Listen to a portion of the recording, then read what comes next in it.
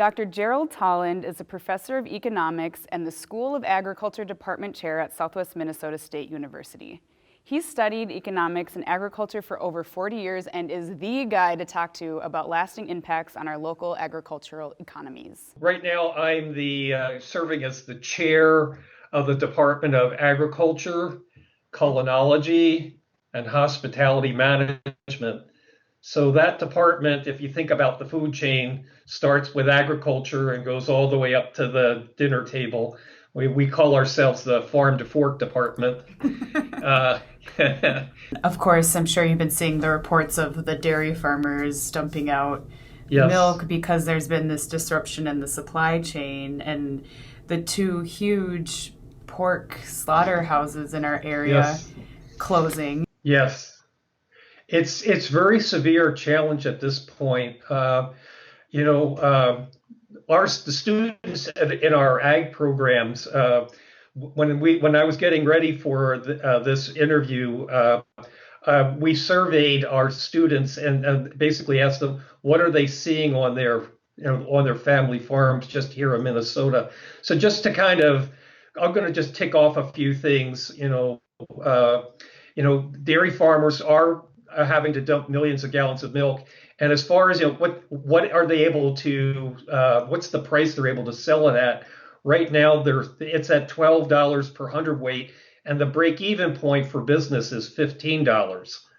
So they're under severe pressure there. Local prices on commodities like corn and soybeans. One price quote was $2.67 per bushel for corn and $7.83 for soybeans. Both of those are under break even for those kinds of operations. The one that really is telling in swine, hog prices are at around 18 cents a pound when the normal is $1 a pound. And I think, if prices stay as low as they are, what's likely to happen is these operations will have to they'll try to find an outlet for their product if they can, and then they're going to have to scale back and basically liquidate their herds and go to smaller size herds. But then that's going to have a ripple effect because then the corn and soybean growers they sell a lot of their product to the animal growers.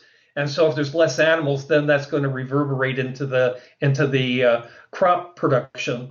So it's all tied together. What would be the best outcome? What would be, the best way that this all could pan out? If we get the best case scenario, it's what they call the economy dropping down to the bottom to a very low bottom and then climbing out. They call that the V.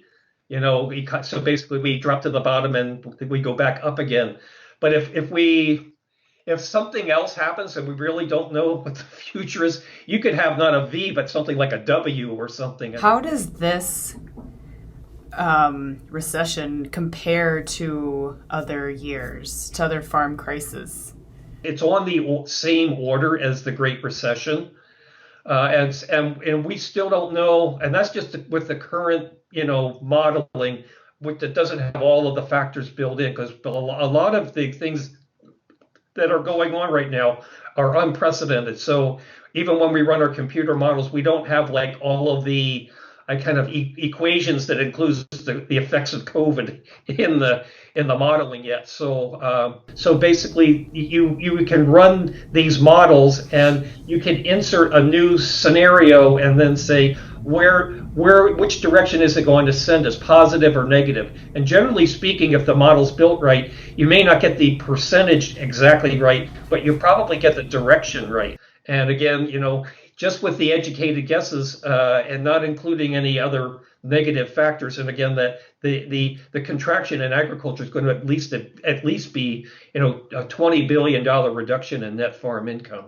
How are your students responding to this? I think ultimately the students that are in our ag program, many of them have a farm background, and I know they want to be involved in agriculture in some way.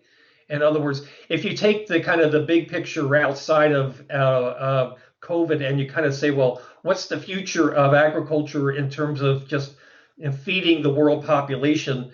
There's a lot of discussion within agriculture about what will the world population be by the time 2050 arrives based on regular population growth. And basically, the world's population is projected to grow from about 6 billion people now to about 9 billion people in 2050. And when you take a look at the food needs of that increase in population, agriculture needs to be able to actually increase its productivity and be able to grow more and supply more. So in some ways, that part of agriculture there's a bright future there. Plus, all of when we think about what goes on in agriculture today, it's high tech. So in other words, the kinds of jobs that are involved with, let's like precision agriculture and making recommendations where you're using maps of the soils and figuring out what we call a variable rates of applying, let's say, fertilizers and pesticides. So you apply it only where you need it. And then also work to get varieties that are able, under good conditions, to increase the yield per acre, because we have a better match between the crop variety and the environmental conditions. So there's so much going on in that area where there are jobs where students need to get up to speed with their science and their economics. Okay, well, this has been great. This has been very informative, but also it gives me hope. Just, it can go. Yeah, we will come back. I mean, the resources and the what I would call the human capital. People are not any less smart than once they once were. So I mean, the fact that we have people who are hard workers, good managers, people who are able to think through problems and solve them. I mean, that's a key aspect of the recovery, is people kind of getting a positive attitude, and I'm going to do some good thinking, make some good decisions, and get things going again. Thank you again. Okay, you're welcome. Appreciate it. Well, and I thank you for reaching out. Yeah. Appreciate that, reaching out to us. Yeah, of course. Okay, well, enjoy the rest of your afternoon and the rest of your week. Yeah. Yeah, it's been a pleasure to meet you and talk with you. Oh, yeah. Okay. Bye-bye now. Bye. We'll see you.